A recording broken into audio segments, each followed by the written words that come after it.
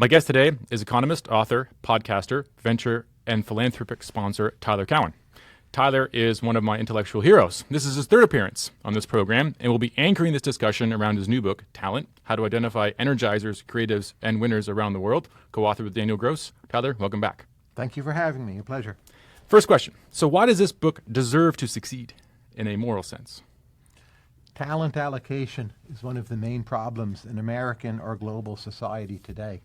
So if you look, say, at America since 1960, about 20 to 40% of our economic growth has come from better talent allocation. A lot of that was better use of women, better use of minorities. You still see rapid changes over short periods of time. So think how many people from South Asia are now running companies, starting companies. But that was much less frequently the case, say 20 or especially 30 years ago.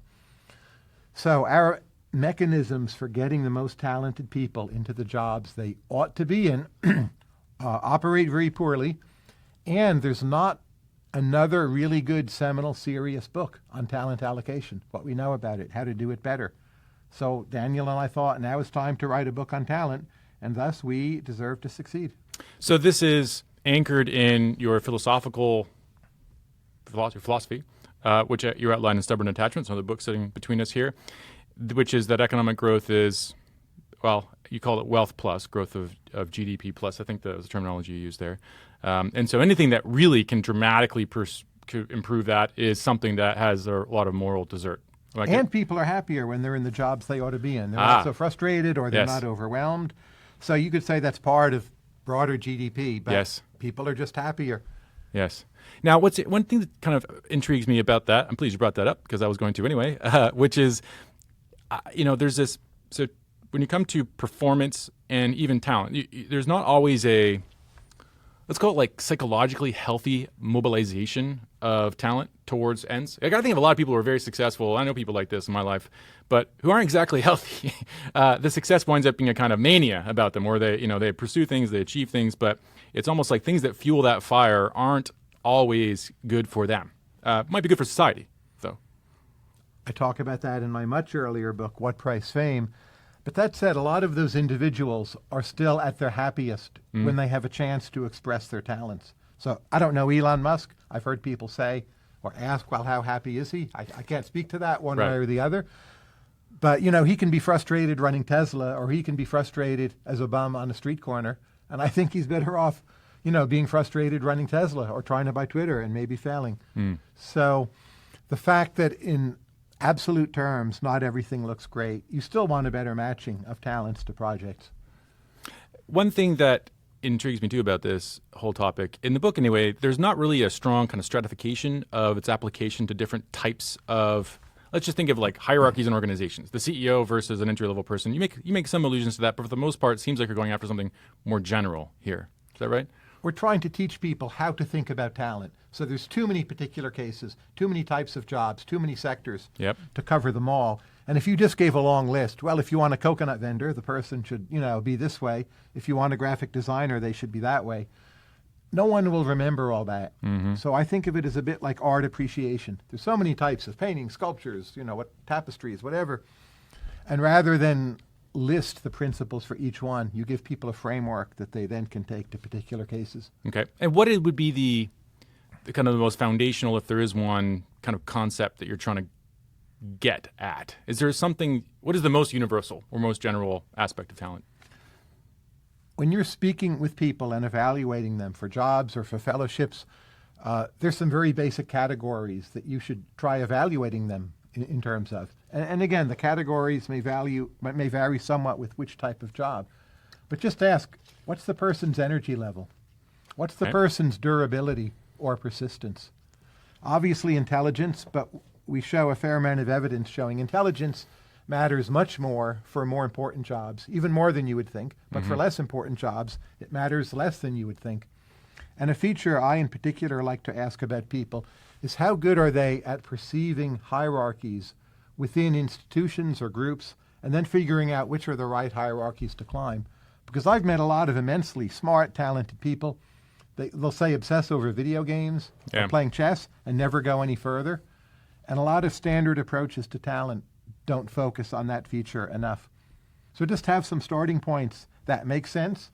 Develop a vocabulary for talking about talent, and then try to get people out of their prep. That's maybe the single most universal lesson. Get people out of their prep. Yeah.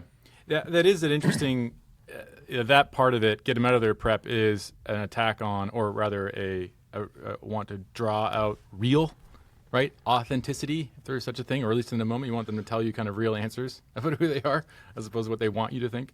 I don't know if there's true authenticity. Okay. But if you get like the real version of their phony self, Yes.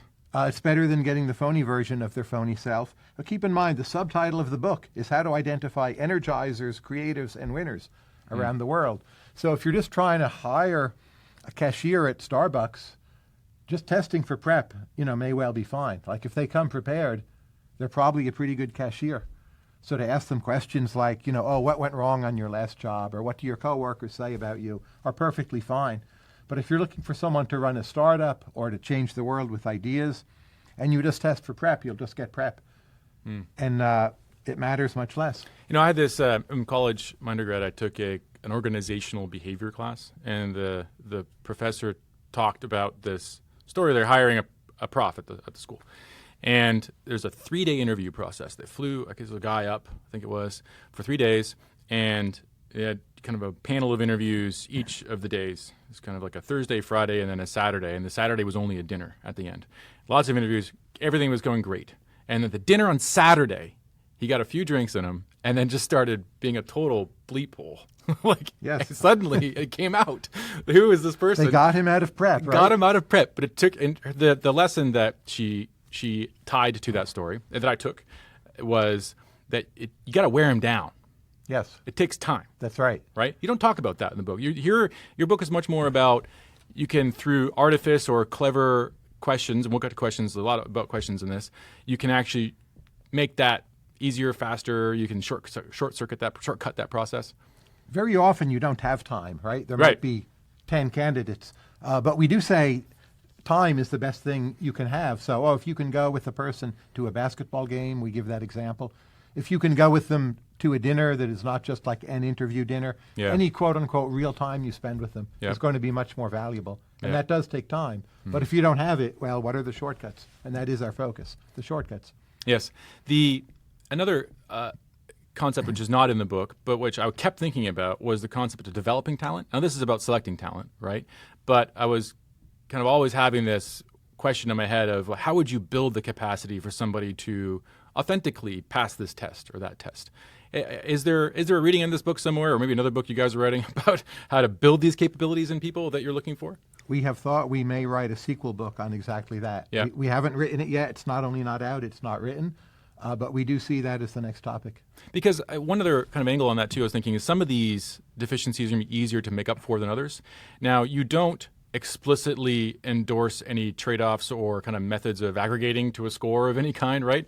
I'm interested in your thought on how possible that might be, but there's going to be some parts of this which are more important than others. And you could do, let's say you scored a 5 on I don't know, perseverance or hardiness or something, but a 1 on something else, then you're okay. And we could probably help you along with this or that.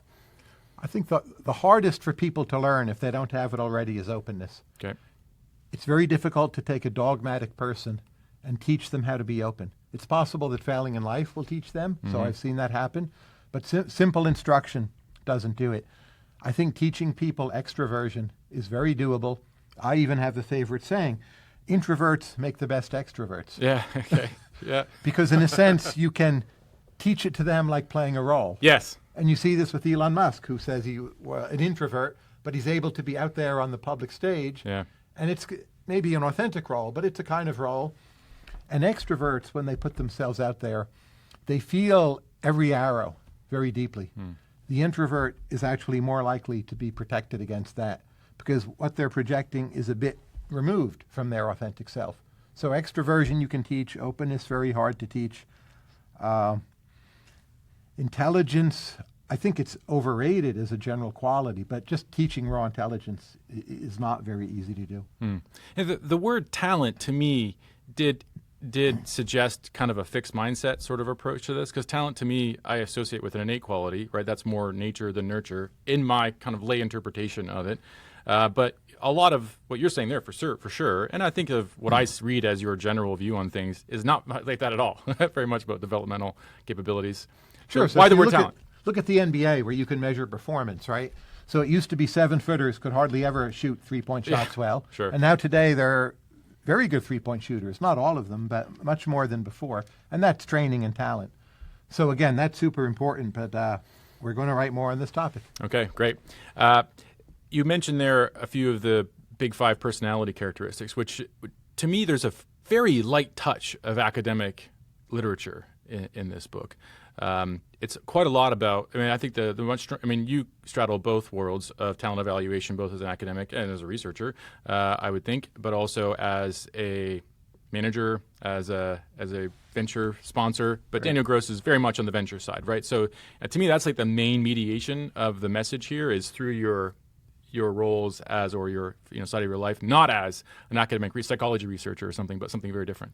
I've spent a lot of time with the relevant academic literatures. I don't think most of it is all that useful. Okay. It may be useful for other research purposes, but if you're out there in the field trying to spot talent, here are a few quite academic results that I do think are useful. If you look at 5-factor personality psychology, which is a theory of human personality, that explains at the most, 0.3 of earnings, which is something. But when you speak to a lot of people, they think personality is all important, and it's not. Now, maybe we're measuring personality wrong, but to me, that's a fairly modest contribution to earnings. The importance of IQ, overestimated greatly by smart people, maybe underestimated by less smart people, but just a simple fact. There was a study of CEOs of large Swedish corporations, and relative to the general Swedish population, they're at the 83rd percentile for smarts, which is pretty good, right? Yeah, Better 83rd than 43rd. But prior to doing all this work, I thought it would be like 95th or higher. Right. And it's not the case. So I think with smarts, top hires need to be above a certain level, but after that, the correlation is not very strong or sometimes even negative. So those are academic results broadly replicated in other articles rather than just a single piece of work. The best academic results in this area are negative, like IQ only matters so much, personality only matters so much. What actually does matter, much more intuitive, experience-based, and that's what a lot of the book tries to do. How about the literature on motivation? Is one of the things that I happen to have been reading about a lot recently is there's a couple of kind of pretty big theories. Anyway, the citation counts that seem to get on Google Scholar are bigger than what the 5-factor personality gets. I think Albert Bandura's work on self-efficacy. There's this group that do self-determination theory. This is Deci and Ryan. That seems to be much more about where the source of motivation comes from and how it's applied. I mean, did you consider any of that or you look at that? What do you think about that body of work? Daniel and I have a favorite saying, personality is revealed on weekends. Yep. And we have a favorite question, what are your open browser tabs right now? And that reveals the person's motivation. But do I think the academic literatures add so much for a practitioner? I think it's enough to have a common sense understanding of motivation. Yeah. I have this thing that just baffles me, which it seems to me that there is a huge gulf in the degree of motivation for some people to what I would say are arbitrary goals. In the self-determination literature, they talk about a few different types of ways of adopting goals, of internalizing goals. They call it introjected, and there's one that's internalized. So one, you're kind of doing it, but you don't really believe in it. Another one, you take somebody else's goal and you really buy in, right? And there's other things you come up with on your own. That's a different kind of thing. But to me, like the ability to take a goal that's not yours and make it yours and go for it. Like I remember I was in college in a program where some people would they would work so hard at things that just seemed so irrelevant to me. I had a very hard time buying in. Yes. And they were going crazy for it. And they were very successful. And I was jealous of their success, but I just could not bring myself to do it. But they had this ability to just internalize these goals way more easily than me. And that seemed like a superpower. There's such a thing as a person who is not really so motivated at all by his or her own goals, but is willing to work quite hard. And those people can be extremely useful for a particular kind of jobs, but train wrecks and others. Right. So being able to recognize them is important. It's a minority feature in human beings, but when you find it, it can be gold. Yeah. And we talk about a somewhat broader concept in the book that I rate quite highly, is a person's ability to look at a cooperative team and figure out where he or she can most add value or fit in.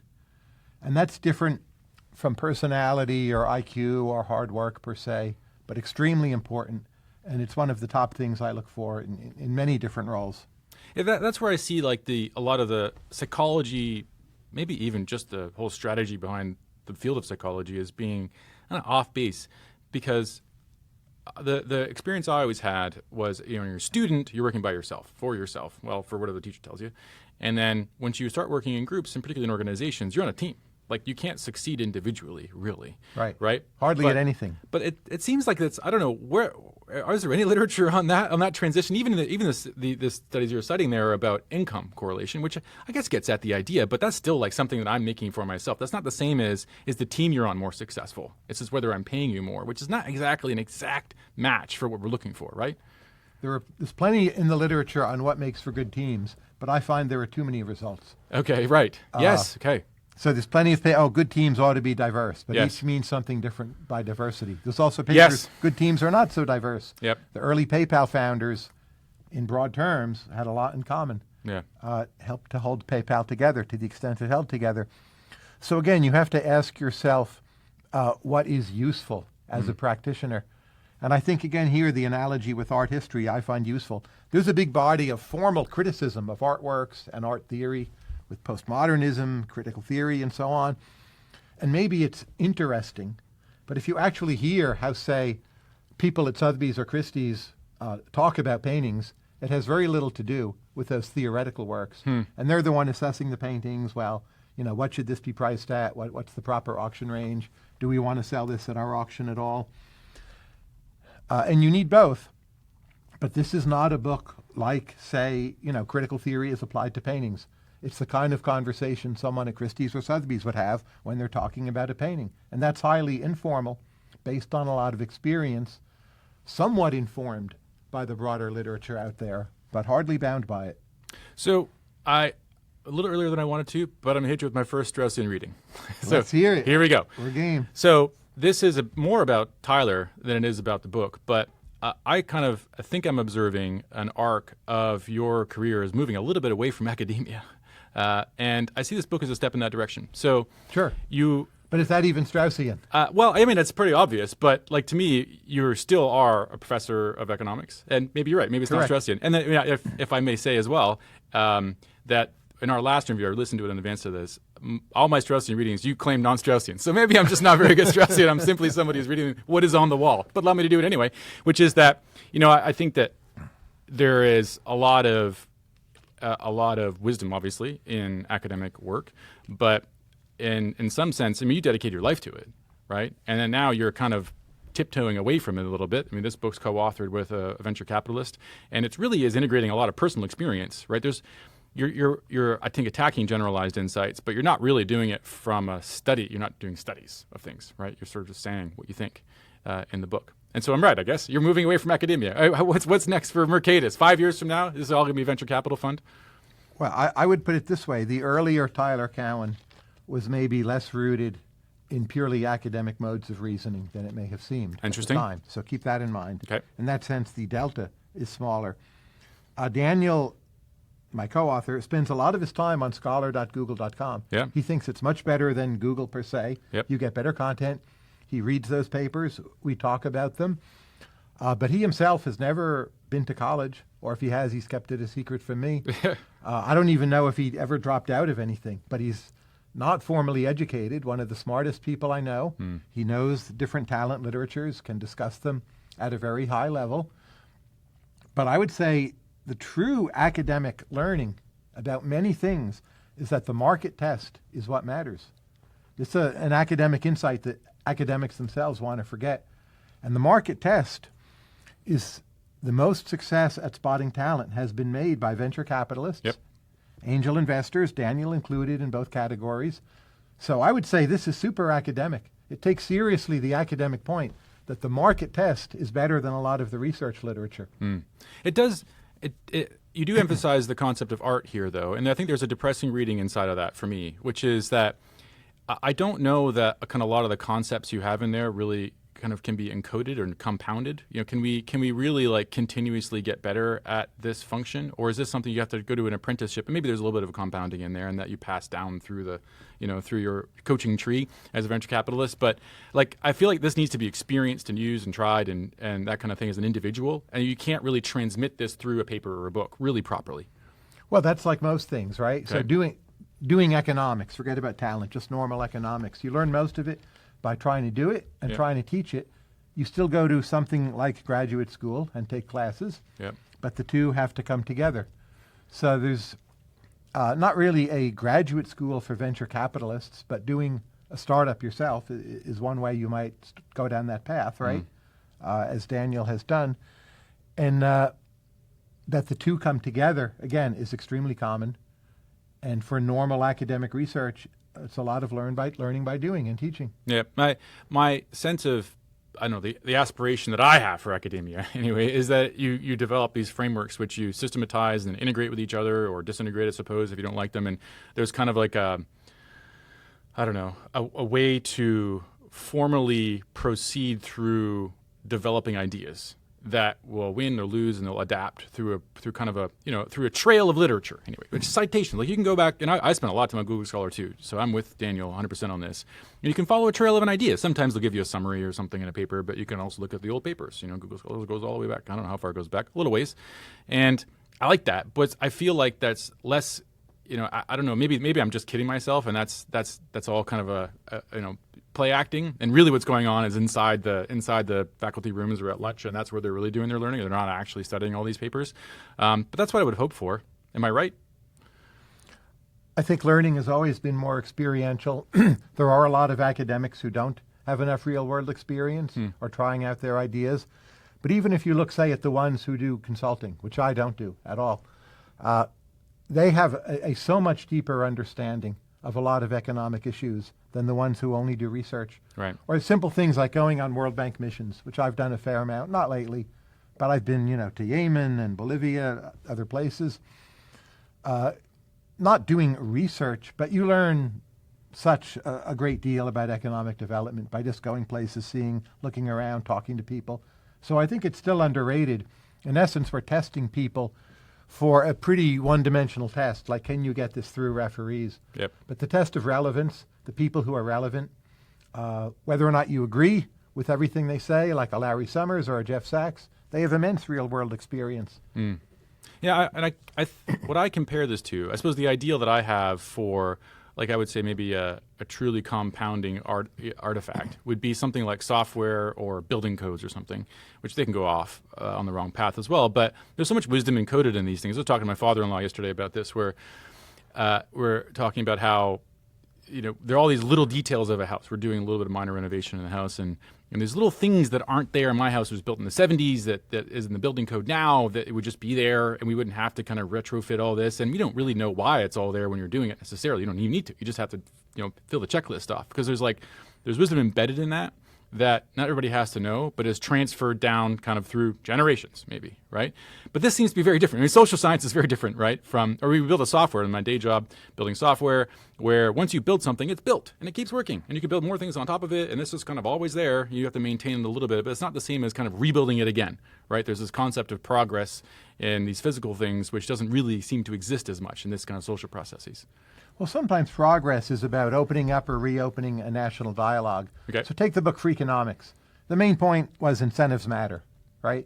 Which we've known for a long time, but it got people thinking about how incentives matter. In a way, whether or not it was new, it was highly successful.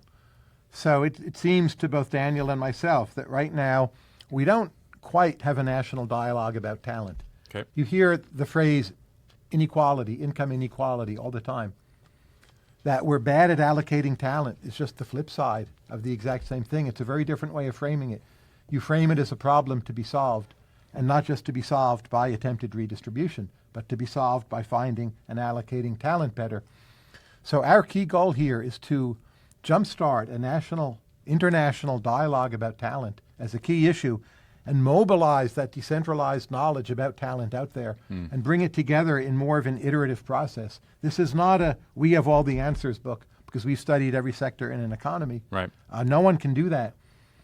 But is there a need for someone to create this national dialogue about talent? We're convinced there is. Interesting. I want to try and defend for a sec bureaucracy. Sure. If I can. I belong to one. I teach at a state university. Okay. But this is about specifically how good, well-functioning bureaucracies evaluate talent. One of my favorite podcasts is called Manager Tools. There's these two authors that are consultants, that are management consultants, but specifically management consultants on the process and practice of management, right? Not these strategy kind of folks. And it's an amazing body of knowledge. In this 1,000-something episodes of this podcast, I've learned so much about a manager. It is a challenging body of work for myself personally to grow as a human. It's incredible stuff. One of the ways that they defend a structured evaluation process, and you specifically call out in the book the lists of questions that everybody asks, and the thing that the defense of that kind of approach is that it eliminates bias.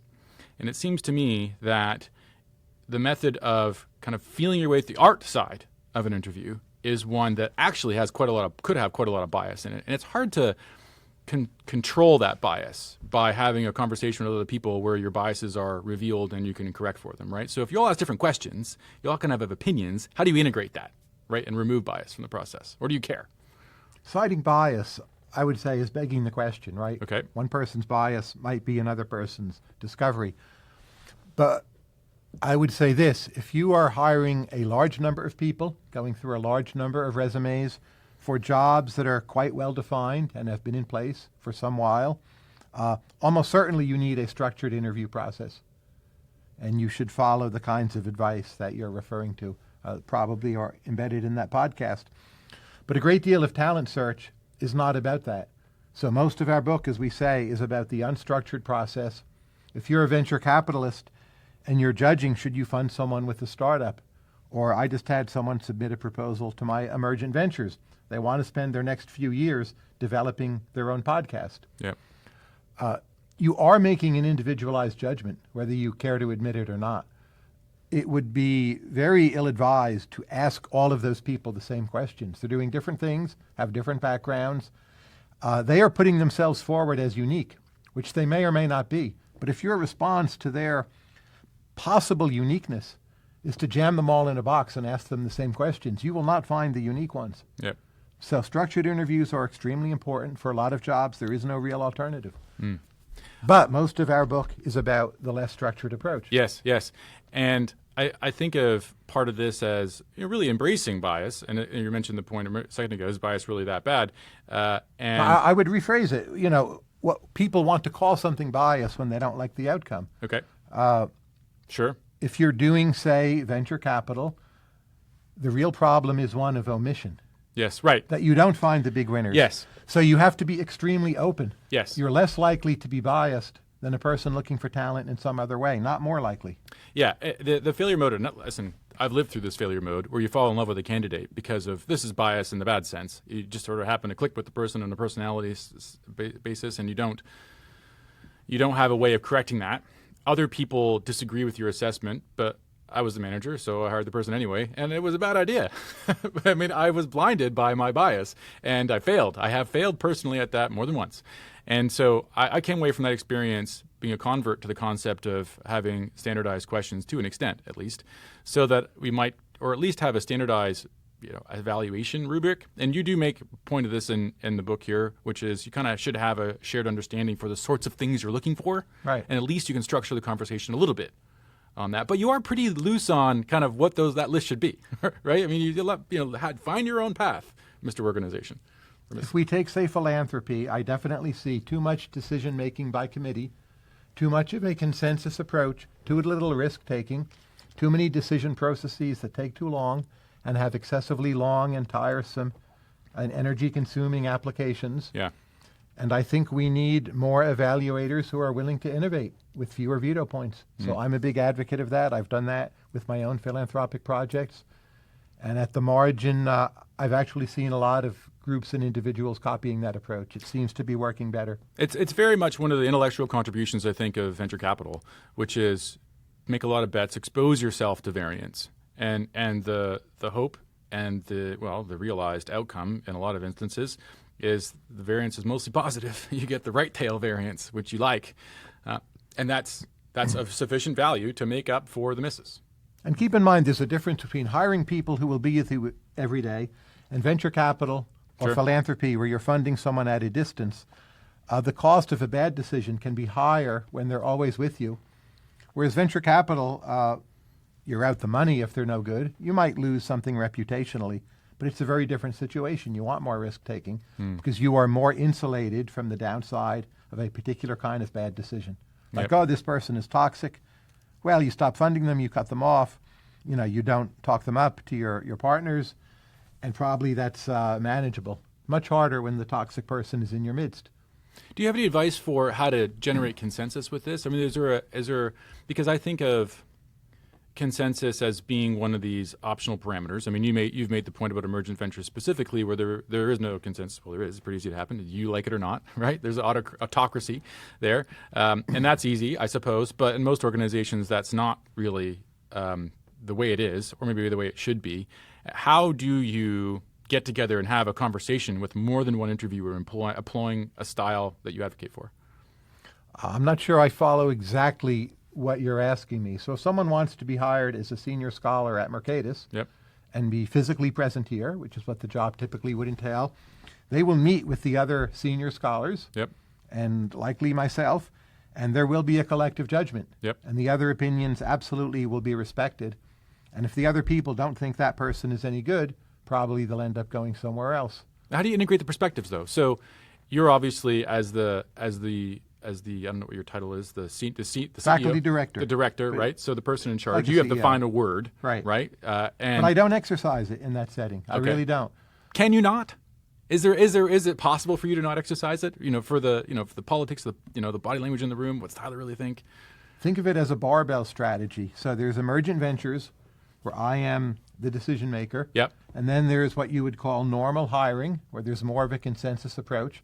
And if there's someone brilliant who is failing in the consensus approach, you steer them to emergent ventures, and the thing can still happen, Interesting. but with more insulation from the costs of a potentially bad decision. Right. So I'm a big fan of barbell's approaches in many ways. So the fact that you have both methods, I think, makes each one stronger. Yeah, interesting. So back to the question then. In most organizations, they don't have such. There is no option like that. You either hire somebody or no, you don't, and you have to have a way. The manager tools approach. But increasingly, we do have these options. So there's work from a distance. Yes, It's true. not the same as funding from a distance, but it's very different than having someone on site. Yep. You're more insulated. And I think it's not the main reason why companies have moved to work from a distance, but it's a big reason and a big benefit of that. You have more options in your portfolio. Yeah, that's interesting. Where do we put this person? Oh, let them live in Indiana, whatever. Yeah, that's pretty interesting. But I'll get you back to the manager tools approach, which is everybody gets a veto, and if you don't want the person to have a veto, don't let them in the process, right? And so there's a trust element to break through to the hiring committee decision, right?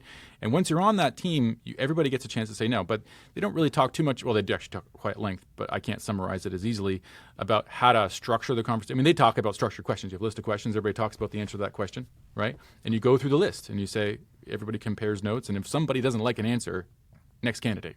I don't believe in vetoes that strong. Okay. Keep in mind, I, Mercatus, George Mason, we operate in the world of ideas. The world of ideas, in large part, is ruled by a power law. That is, most ideas don't matter. Yep. Some ideas matter a huge amount. Yep. So you need to be taking a fair number of risks, even in your most basic consensus-driven operations. So if there's extreme enthusiasm from some people, that counts for a lot. I would say as a general rule, and this is stated in the book, if the person as a person is toxic, even if they're very talented, just don't do it. Yeah. It's just not going to be a good idea. It's as close to a universal rule as you can get. It's not original with Daniel and me at all, but we do say that. But subject to that caveat, if there's split opinion on, say, the intellectual merits, but the positives are strong, typically you should do it. Yeah. And that is a common characteristic with venture capital as well, right? I mean, I hear. Sometimes one person being a strong advocate can be enough. Yeah. So focus more on the upside than the downside. There's status quo bias in most processes. Not everything in the world is ruled by a power law. Dentistry Right. is not, as Right. far as I know. But the sectors I've worked in typically have been ruled by power laws. Yeah. So one way to approach a lot of issues and talent is just ask, is this a power law sector or Yeah. not? And if it's dentistry, you want to avoid people who are going to screw up people's teeth and torture them on the chair. Yes. But if it's the world of ideas, again, subject to the person not being toxic, you absolutely should be taking more chances. And so back to kind of your prior book on big business, how much of big business is power law, is described by power laws in this sort of sense, do you think? Well, big business itself is a kind of power law. So some businesses become, the Googles, the Metas, Yep. formerly General Motors, General Electric, whatever the winners of some era were, and most do not. I think there's a figure like 2% of most of the returns in the S&P 500, or the total returns are driven mainly by 2% of the firms in it. Mm-hmm. And the others are like, some of them hang around, do okay, but you're looking for that 2% of winners. And that's been the case since the beginning for big business. So that is mostly power law in most sectors. Specific jobs within those companies, probably not, though, would you think? Correct. Like a business might hire a dentist, say. Yes, And sure. you're hiring someone for your dental practice. It's really not a power law. The best dentist can cover maybe somewhat more patients Yep. than a less good dentist, but not much, and you want to limit the potential for torture and screw-ups. It makes me think that we should be trying to create more power law rules within those organizations, wouldn't you think? Because it's such a, I think of the need for consensus within an organization in hiring is important for most jobs. In my opinion, that's because the need for consensus after they're hired is really important. They have to get along with the people around them. Sure. Right? They have to be able to get done what they want to get done. You don't get done. It only happens if you have good relationships with people. And if you aren't good enough to get good relationships in the interview process, you probably ain't good enough to get them after the interview process. Right? But don't generalize that too much. Like, look at the early days of PayPal. There's this new book out about PayPal. It's very good. And there was plenty of chaos in the early days of PayPal. But, PayPal is still with us. Yeah. It's highly successful, has a high valuation, and the people connected with it, Elon Musk, Reid Hoffman, Peter Thiel, that was their training ground for doing other just amazing things. And they were not optimizing for coherence, as far as I can tell, not for cooperativeness. So in that case, that was the correct decision. And I think too many people from like the normal world, again, they're overvaluing consensus. Yeah. Scientific discovery, for instance, has a lot of chaos in it. Yeah. I think it's very hard for organizations that maybe already are overvaluing consensus to make that shift. It's so often the problem to ineffective results, let's call it poor results, is to get everybody together in a room and let's work out together what's happening, right? That's just like I've seen it so many times, and that becomes, you could probably argue, because of a process that's trying to generate a consensus and nothing else, Right. because you don't do anything. You got to make yourself feel better about what happened. I'm not sure where you get to, but that's where they go.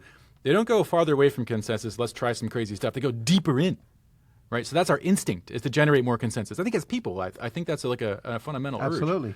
We want more consensus. It could be once you're on the consensus track, that's all you can do, and you Yeah. might as well go down it. But insofar as you can steer your future capabilities, I strongly suspect, again, we're over-investing in consensus and under-investing in a kind of dynamism. Coming back, touching quickly on the literature I mentioned earlier on self-determination theory. This is Deci and Ryan. They say there are three fundamental human needs. One of them is autonomy, one of them is competence, and the last one is relation. And that's this concept of when we are relating to other people in a positive manner, we like that. That's like one of these things that really makes us feel good, gives us a sense of meaning in our life and all the rest of this. I buy that. I do. And I feel like the type of person that can be truly contrarian is real hard to, contrarian and effective, because you have to be contrarian, but in order to get anything done, you have to be able to get along with some people, right? That seems to me to be like a real tough combo to find. If we look internationally, we do see cross-sectional variance. So companies, say in Denmark, where I was visiting lately, they build greater consensus or have greater consensus to begin with than they typically would in America. Now Denmark's doing fine. Danish companies, it's a great country. Like the top 4 or 5 Danish companies, they all date from the 1920s. What does that tell you? Yeah. Well, it tells you they're pretty effective at staying top. But Why? at the end of the day, it is not a better business culture than in America. So there's room for both, and you need to figure out when and where you need which. But we observe the universe. There are companies in Germany that confer much more with labor. Germany's doing fine, not a complaint. But I don't wake up in the morning and think, well, America needs to be much more like Germany in its Yep. corporate culture. If anything, I think the opposite. Coming back to the kind of some ideas in the book, which I want to make sure I touch on, what's interesting to me about, there's a little bit of a history of progression you mention on the questions. And I noticed, just as a kind of meta observation, we'll come to another Straussian reading in a second here, but the most fun chapters, I suspect they're the most fun to write, is the one on questions and then the second one on psychology, where you guys get to play a little bit with some of the ideas. Yes. And to me, like the idea of questions as being something that you always have to evolve, this is the art side of it, right? Because Right. people read them, they can prepare for them, and now they're ready for you, and you have to come up with something else. And so there's this continuous process of change that's embedded in this system of learning how to do something, and people adapt, and you got to learn again. This book itself will spoil or ruin many of our best questions. Yes. People will come prepared for them. Yes. So I like to ask people, how ambitious are you? Just flat out, with no explanation. Yeah. And as I say in the book, I had recently an academic candidate say to me, I would like to publish some papers and get tenure. And that to me is a horror as an answer. Like, that's it. Right. If it were, well, I want to revolutionize how people think about Yeah. collusion. Well, maybe, Now we're talking. but you're at least in the ballpark. Or I want to revolutionize how people think about agricultural productivity. So it's a very hard to fake a good answer, Yeah. especially if you're not prepared. But over time, people will prepare. And the famous question, well, what is it, you believe that your intelligent peers think you're crazy for believing? It's a very good question, but too many people are prepared for it, at least in Silicon Valley. It's been used a lot of times. It's one of the classic great questions, but it doesn't work with everyone. Yeah. So here's a Straussian reading of the book, which is that this is actually not a book about talent search. This is a gaming book. This is about the game of talking to people. And there's one section in there, I think it's Daniel's voice, or invoking Daniel in this, where he's trying to figure out who's this person trying to impress. Right? There's these little That is Daniel's voice, by the way, that so part. there are these little games. And part of the game, there's a game here too, which is a game of how do you get the right question to get at the kind of the real thing. And there's this kind of cat and mouse interplay that's happening, and different models you're trying, and there's a very experimental kind of process. It's messy and it's fun, I think. And so this is a gaming book. Daniel's background is in gaming in the literal sense And of you that were a word. chess champion in New Jersey? That's correct. Yeah. So I would say, in a sense, everything is gaming in some sense, right? So there's a gamification of the world going on. You can think of any problem in gamified terms. Yes. To some extent, Daniel and I think of this problem of talent search in gamified terms throughout the book. And that's correct, but I'm not sure it's Straussian. I think we're pretty upfront about that. Never going to get a Straussian reading on you. Okay, fine.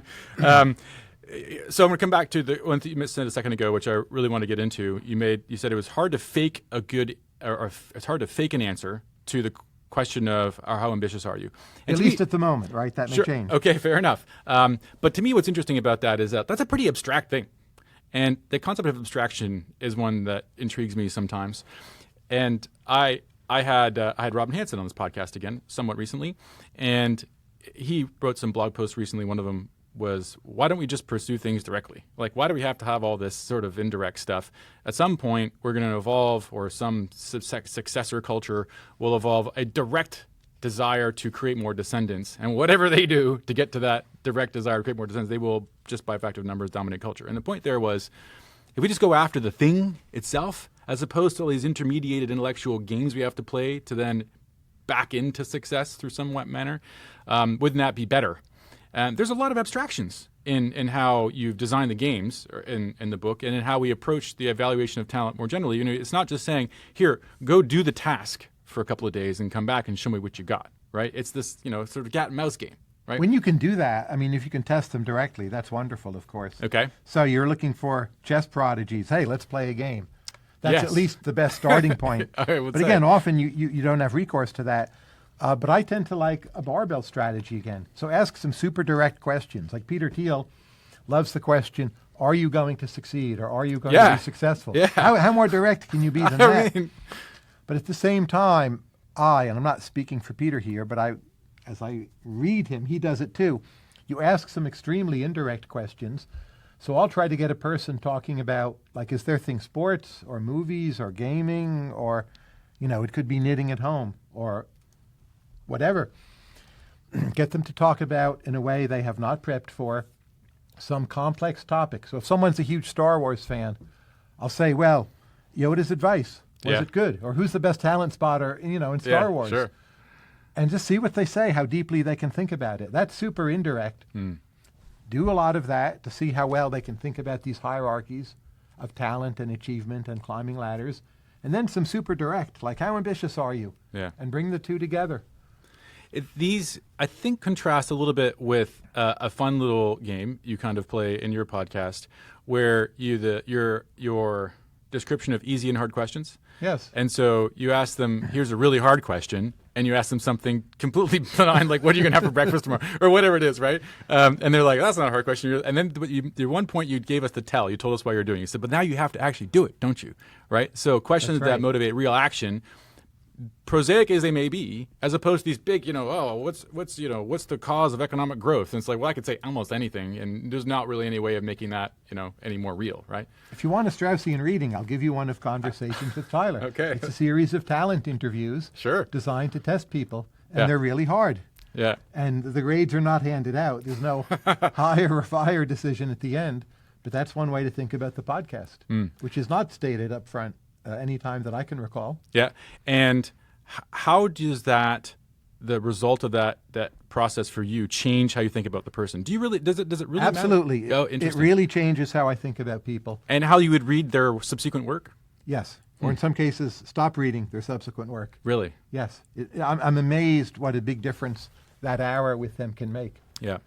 And it's not just that you digest their answers. You feel what they're like in real time, and you're forced to focus on them for an hour so intently in a way that you never are, even in a normal job interview. Yes. You don't have to focus that much to pull off a job interview and Yeah. have it be somewhat informative. But you're doing an hour-long podcast to kind of entertain/instruct people. Yeah. And they have this large body of work, and you've been prepping for a few months. That hour, you've got to be so focused at like your highest mental abilities. You learn so much about them. Yeah. And that's a Straussian reading. Sometimes no they- longer Straussian, right? No, I guess you can give them to me then. So they should be terrified. Right. And, I feel like, I think that you have a different evaluation, but I think most of your guests do pretty well. Oh, of course. And that's why they're chosen. Yeah, right. Yeah. One thing I've learned doing all the podcasts is sort of how few frauds there are. Yeah, is right. one way to put it. Sure. Yeah. Like- Some people are really surprising the positive, right? Yeah. People, you may not agree Yeah. with their values or their factual beliefs, but like they got there for a reason. And it's a much more meritocratic process than most people think, in my opinion. Before we started recording this, we were having a conversation about why some people might not accept a podcast Yes. offer. Maybe this is one of the reasons they're, Yes. they're going to find out. They're all going to find out. I can't know where to hide. It's a heck of a format, the podcast format. I mean, it is a kind of grilling when it's done properly. Because you can't be. I have never really heard a seriously combative show anywhere. There must be some. There must be some. I would think so. Yeah. Because they try, and sometimes the more mainstream news interviews, they try and get the tough questions out there, and you can sense the tension through the screen in the room. That must be awful, that kind of experience. Because people can opt out of ours, can't they? They'll just say Yes, no. they can. But once they've shown up, I've never had someone walk away. Yeah. But sooner or later, that will happen. Yeah, yeah. If you're doing your job, I guess. My grandmother said to me once, if in bridge, if you don't go down once in a while, you're not playing your hand. I guess so. Here's a kind of abstract sort of question, but why aren't people more ambitious? Do you think? A lot of people shouldn't be more ambitious. Okay. So they're not happier at a higher level of achievement, and they may not even reach the higher level of achievement, and there's more stress along the way. So in most cases, people realize this at some level, and they're doing pretty well, and the happiness income gradient or happiness wealth gradient above a certain point, I would just say it's complicated. Wealthier people are happier on average, but it's complicated. So they don't deserve to be more ambitious. It's a certain sense. Well, deserve is a tricky word, but Okay. they've realized it may not be better for them to be more ambitious. Yeah. I think that, how about people who deserve to be more? Because you make the point, and you made it in several instances, which is trying to just encourage people to be more ambitious, to have higher aspirations, right? And that's what I'm wondering at, are the folks who maybe should be, what is the barrier? What is the thing that prevents that? Is There's a there lot of systematic- evidence that role models matter. Okay. And one thing I've learned doing this book is that's a bigger effect than I had thought. So especially pre-internet, You have all these immensely talented people throughout the world, and maybe they end up being very good at something, but they don't set their sights highly enough. Yeah. Or they don't make the big move to, Mumbai or London or wherever they should go to. One of the best things about the internet, not everyone, but so many more people are exposed to potential role models who are doing very well, and they can think, hey, I could do that. Yep. So, if you're ethnic Chinese and you read the story of Jack Ma and he's riding on his bicycle in his 20s and he ends up, a multi-billionaire, you think like, hey, do I have a chance to do that? Maybe you don't, but Yeah. the question is posed.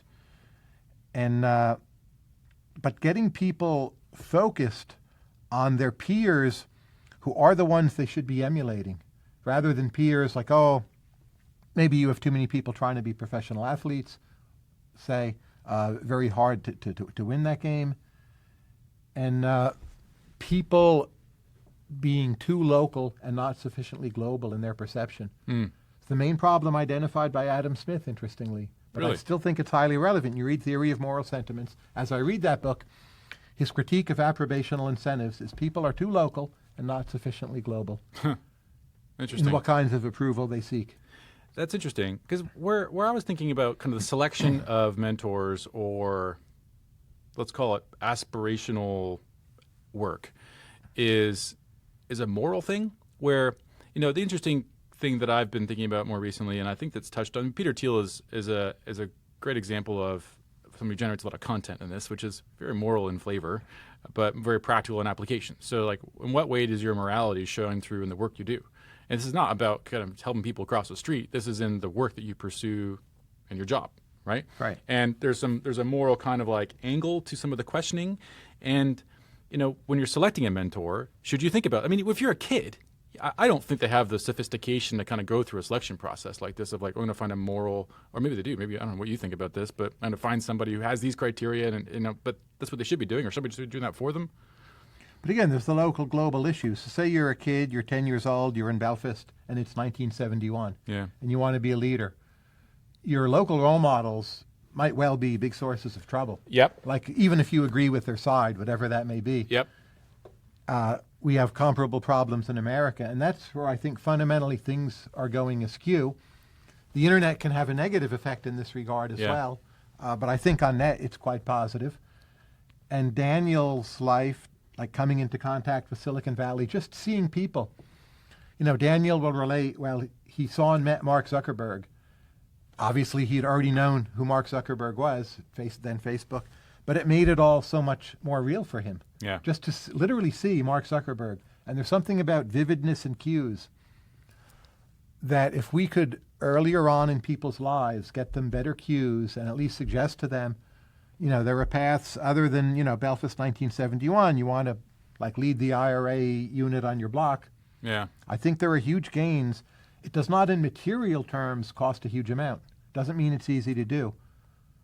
But it's not something that requires the world to spend a lot more money. How do they do it? People need to reconceptualize the problem and just try to do it. It's not a guarantee of succeeding, but as I see it now, so many parts of our society are themselves thinking locally. Yeah. They want to be like, oh, I want to garner more likes on Twitter. Yeah. And this gets back to my standard. Does the person perceive all the relevant hierarchies correctly and pursue the correct one?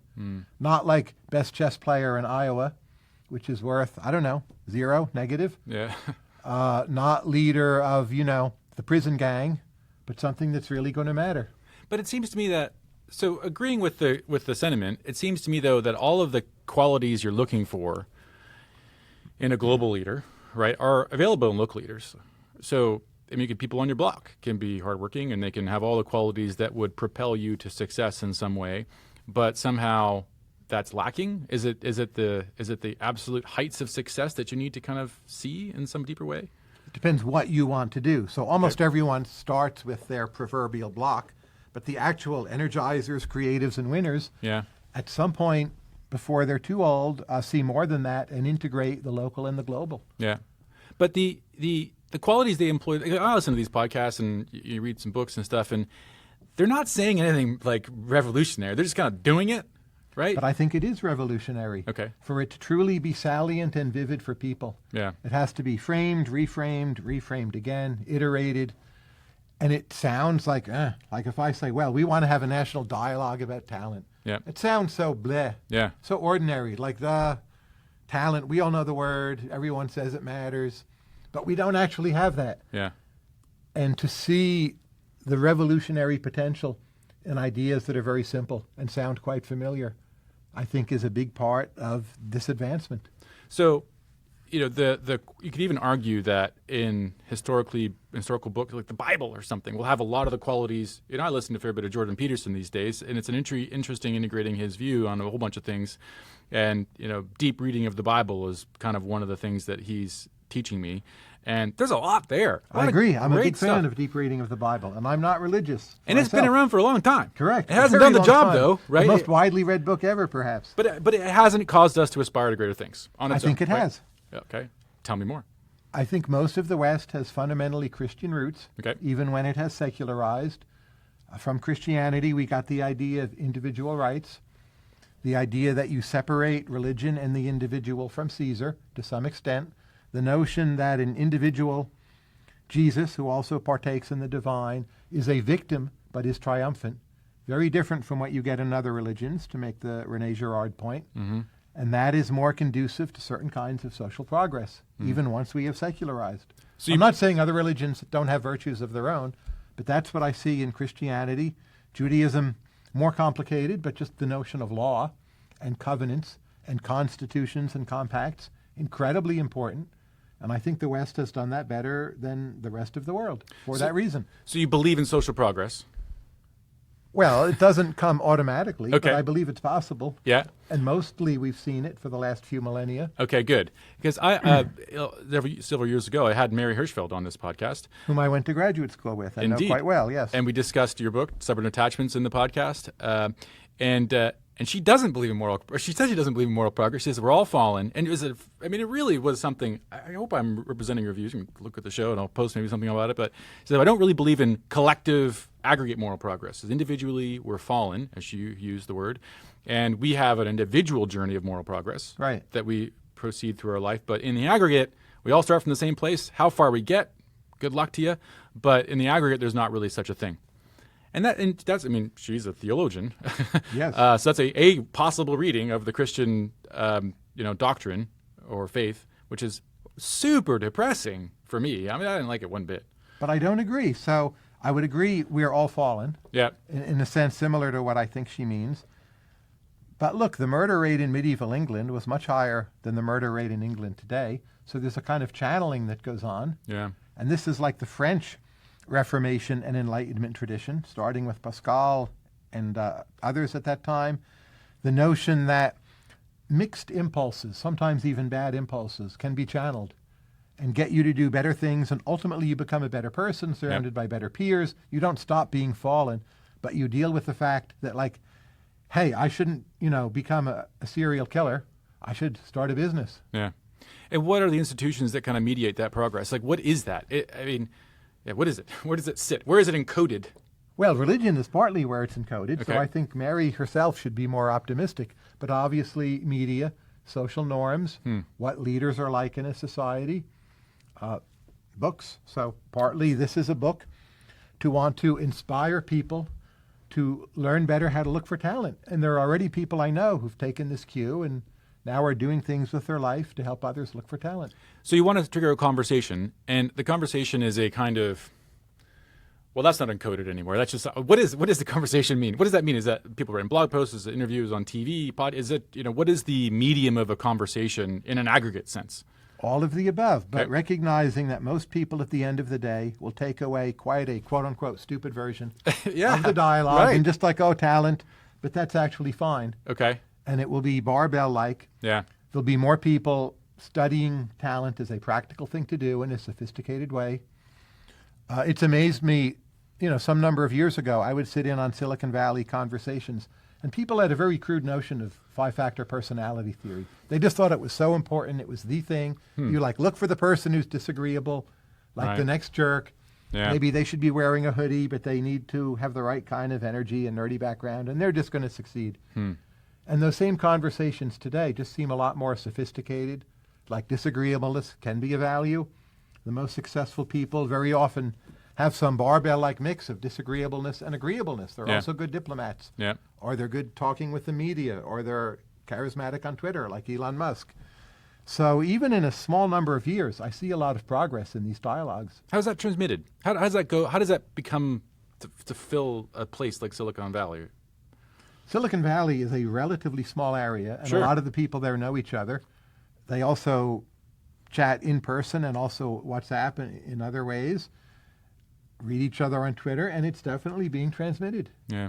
I can see it happening in real time. And it's not that everyone now agrees, like, oh, here's how it is. Just asking way better questions, much better access to data. I think Jordan Peterson has been one person. I don't know that his particular ideas have stuck, but he forced everyone to think about talent much more closely. Like, doesn't matter if you clean up your room. Yeah. I don't know even exactly what his view is. I've read his book. I have a very messy room. in Yeah. fact. But nonetheless, I think he's been a major force getting people to think about talent more systemically. So would you say, so one of the, Joe Henrich, guest on your podcast and mine, talks about the transmission of culture through the mimicry of high status people, more or less. And colleague of yours, Robin Hanson, really thinks that the process by which we mimic status is not ideal, right? There should be better ways of transmitting cultural norms, memes, whatever you want to kind of call them, I think. Where do you stand on that? Do you think it's working? Is it something that we should be thinking about ways to tweak or improve in some way? It would be great to improve it. I suspect the variance is increasing, Yeah, okay. mostly because of the internet. So smart people become smarter. I don't know if it's exactly right to say stupid people become stupider, but they end up with wackier ideas. Yeah, Now, since we have a lot of power law sectors, that might be a good bargain right. to have the smarter people be smarter, better connected. But still, it's a dicey proposition. It's very risky to have this kind of intellectual fragmentation in your society. So many people holding some view about vaccines say that it's just off. And that's what I think we're seeing. So we need to improve it. What would that be like? Well, how could we improve something like that? Any idea? There was a good article in the New York Times lately, a super small example, but it looked at Bremen, Germany. Okay. And it's the part of Germany that has had the highest success with people getting vaccinated, over 90%. And it's a low-income area. Bremen used to be quite important. Now it's, in the dumps. It doesn't necessarily have the features you would expect to correlate with success. But yet they did a local campaign and they messaged in the right way. And Yeah. people in Bremen have become highly vaccinated. Okay. So it can be done. I don't know that there's a single universal, like, people, here's how you do it. But you see a lot of variation and you see a lot of successes, and we need more of them. And for people to focus on creating more of those successes. And in turn, for people looking for talent to be able to better identify who can do more of those. There's two thoughts on those processes. One of them is my experience in the insurance business tells me that in conditions of uncertainty, people like being told what to do. And so there's embedded all over the place in society is this desire for hierarchy, Yes. right? This want to have the high status person either I copy them or they pass a law and put a gun to my head. One way or another, I want somebody in charge to help me through this agony of uncertainty. And then John Haidt, also guest on your podcast, Yeah. it talks about the moral foundations of politics, or moral foundations theory, where there's a way of framing questions that can communicate more broadly to people. And there's a bit of literature that talks about people being more green if you kind of frame it in different kind of ways. And so you're kind of attacking it directly. And so that would be, if that's true, if that's possible to actually communicate directly with people, not through a status hierarchy, that would be an amazing change, I think, in how we process uncertain or risky or kind of new information about decisions. In Germany, did they do something like that? What was the right communication for the? There were local intermediaries, but Okay. it's fascinating to me you're recapitulating an earlier debate between Catholicism and some forms of Protestantism. Okay. Yes. I'm not sure there's a simple answer as to what's better. Sure. But I think part of the problem is this. People like being told what to do, but not on every dimension. Uh-huh. And if you try to tell them to whom they should listen, Right. tell someone on the left, oh, you've got to listen to Tucker Carlson on this one. Yes. Even if Tucker Carlson's correct on that issue, Yeah. it's not going to work. Yeah. And people don't like being told what to do when you try to tell them, listen to this person. Tell a Rush Limbaugh fan, oh, listen to the New York Times. Right? It's probably going to be a backlash effect, if anything. And that's what we need to solve. And I doubt if there's a universal kind of solvent for that. It's just a tough slog. Are you incorporating any of that thinking into your phase of promotion of the ideas in your book? How might you achieve your goals better through some advocacy that might be different than the usual? Is there innovation happening maybe, Tyler, for the conversation on talent? We're doing a lot to promote this book, but I'm not sure anything we're doing is innovative. So I think simply being on a broad variety of podcasts, yours is now the third I've recorded, is helpful. That different sets of people hear it, or people hear it multiple times, or they hear it through our conversation, which will be different from other conversations. They sort of hear you validating me, your fans. That, I hope, helps. And we will do a great deal on social media and in writing. But again, I don't know that we have innovative ideas for marketing the book. We've thought of holding a talent conference. I've actually already done a few of those for talent reasons, but they weren't focused around the book, which wasn't out yet. Yeah. That would be somewhat innovative. I'm not sure how effective. So, in closing, where can people find the book? The book is coming out, or is out, May 17th. It is available on Amazon, Barnes & Noble, from your independent bookseller, all the usual places, in due time at used bookstores. And the title is Talent, How to Identify Energizers, Creatives, and Winners Around the World by Tyler Cowen and Daniel Gross. I very much enjoyed it. My guest today is Tyler Cowen. Thank you very much. Thank you.